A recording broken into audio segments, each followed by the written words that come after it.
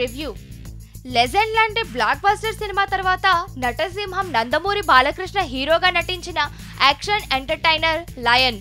మరోసారి బాలకృష్ణ ద్విపాత్రాభినయం చేసిన ఈ సినిమాలో అందాల భామలు త్రిష, రాధిక ఆప్టేలు హీరోయిన్స్ గా నటించారు. నూతన దర్శకుడు సత్యదేవ దర్శకత్వం వహించిన ఈ మూవీకి రుద్రపాటి రమణరావు నిర్మాత.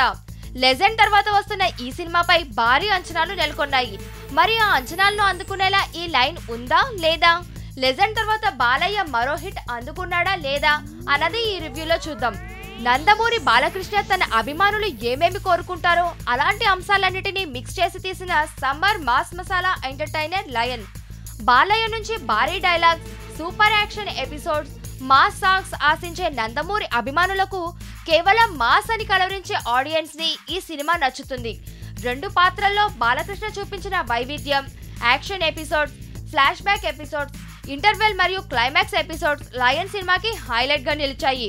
పాతకాలం నాటి సింపుల్ కథ అనుకున్నా మ్యాజిక్ ని స్క్రీన్ ప్లేలో చూపలేకపోవడం, నో కామెడీ, ఆకట్టుకోని రొమాంటిక్ ట్రాక్స్ చెప్పదగిన మైనస్ పాయింట్స్. ఓవరాల్ గా బాలకృష్ణ చేసిన ఈ లైన్ సినిమా అభిమానులను బీసీ సెంటర్ ఆడియన్స్ ని మెప్పించే సినిమా.